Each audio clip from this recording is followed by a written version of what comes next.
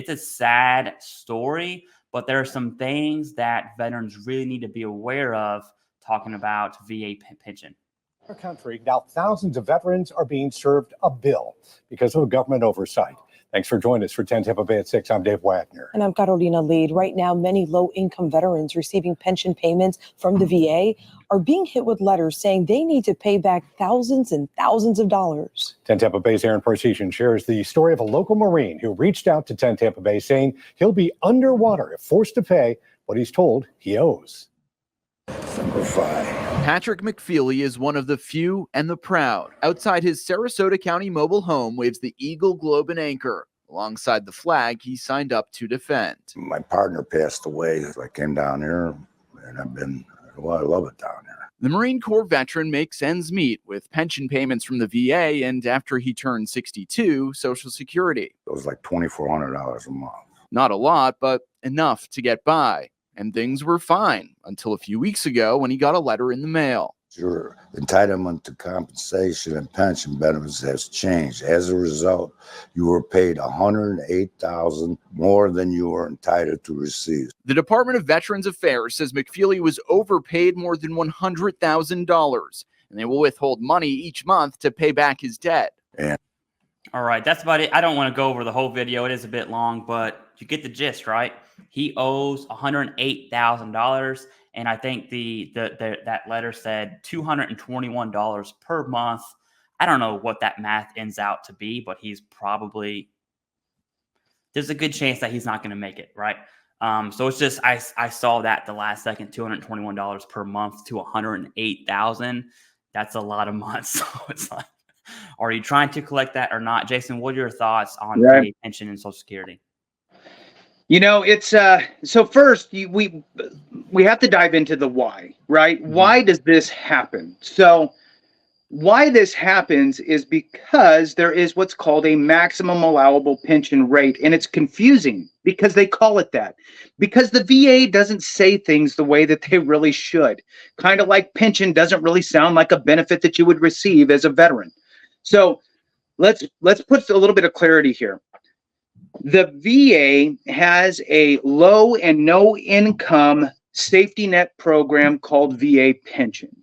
That benefit, again, for low and no income individuals who served during a wartime. This isn't a video on how, all the bells and whistles on it, but this benefit has tied to it a maximum, not even earning, a maximum income amount from anywhere.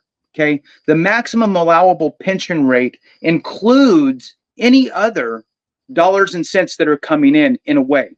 So an example would be, let's say that a veteran qualifies for VA pension and the maximum allowable pension rate is $30,000 a year because they have a wife, kids, housebound, whatever the circumstances are. It ranges right from whatever, 17,000 and up.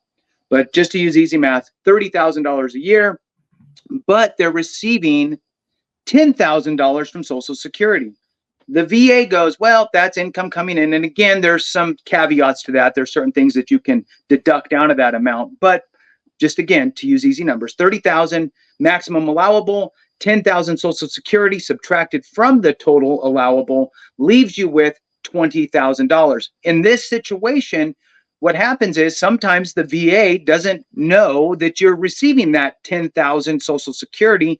Therefore, over a 10-year period, well, 10, 20, 30, 40, so on. Next thing you know, you're overpaid $100,000. $100,000 sounds like a lot of money. It is a lot of money if you say it within a short time frame. Yeah. You spread it out. Look, an extra $800 a month for somebody who's low and no income. I mean, great. You get to go out to dinner a few times and fill up your gas tank, right? $800 goes quick. Especially, don't get me started, Clay, on inflation over the last couple years, but it has been ridiculous, and we can all agree that COLA does absolutely freaking nothing. So, with that being said, very sad state of affairs that the VA, and look, there's a little bit of onus on the veteran, okay? But I'm going to tell you this. it's hard enough to figure out how to file a standard claim for disability, let alone pension. There's so much fine print. And if you're doing it yourself and you don't have an accredited representative explaining to you all the ramifications that surround it, you're blind. And you're relying on the VA at that point to let you know if you're doing something right or wrong.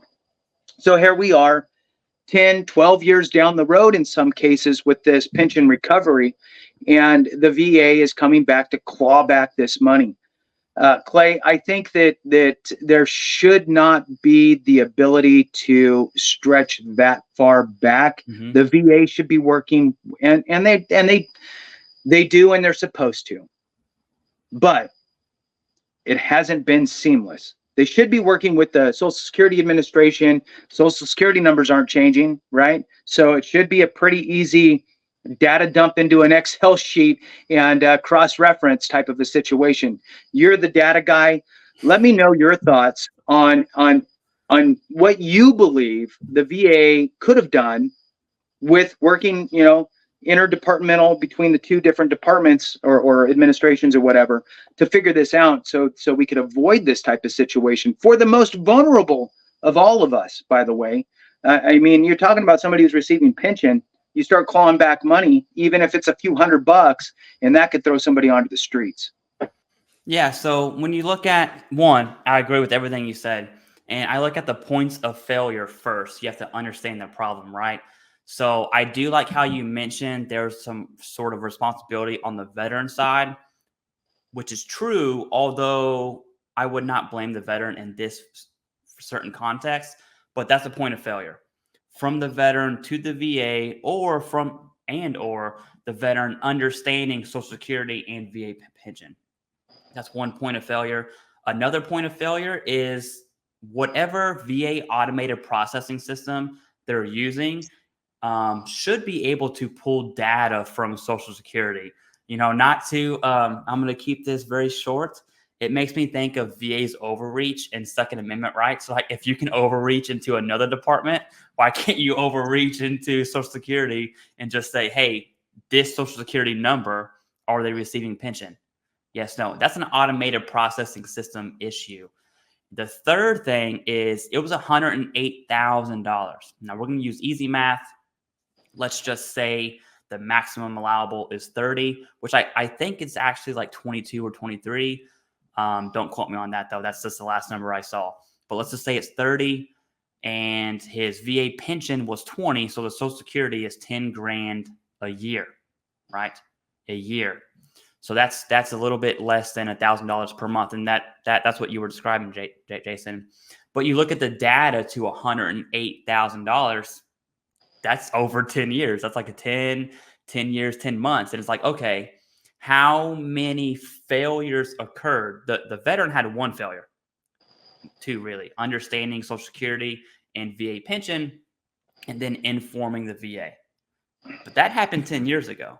The VA, every single check they sent for the last 10 years, 10 plus years, assuming the Social Security benefit was 10 grand, failed.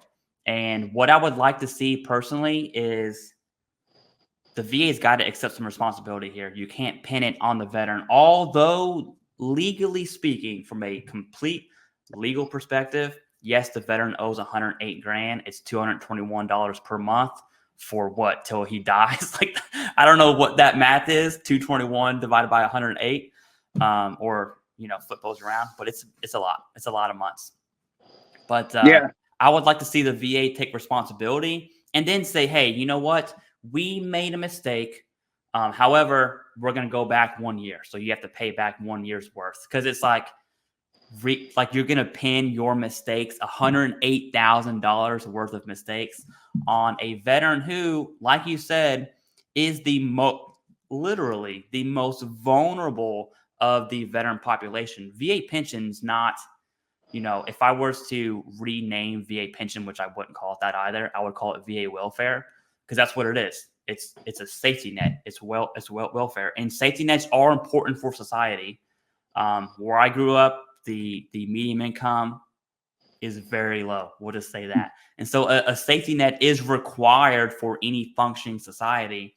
I can get down with that. What I can't get down with is the VA saying, hey, we made a mistake the last 10 years. You're on the hook. And it could be more than 10 years, right? Depending on what that amount that Marine was actually receiving from Social Security. That I don't know. I'm not that old to really understand Social Security yet. I will one day though. But that's my thoughts on that, Jason. Did that spark any ideas?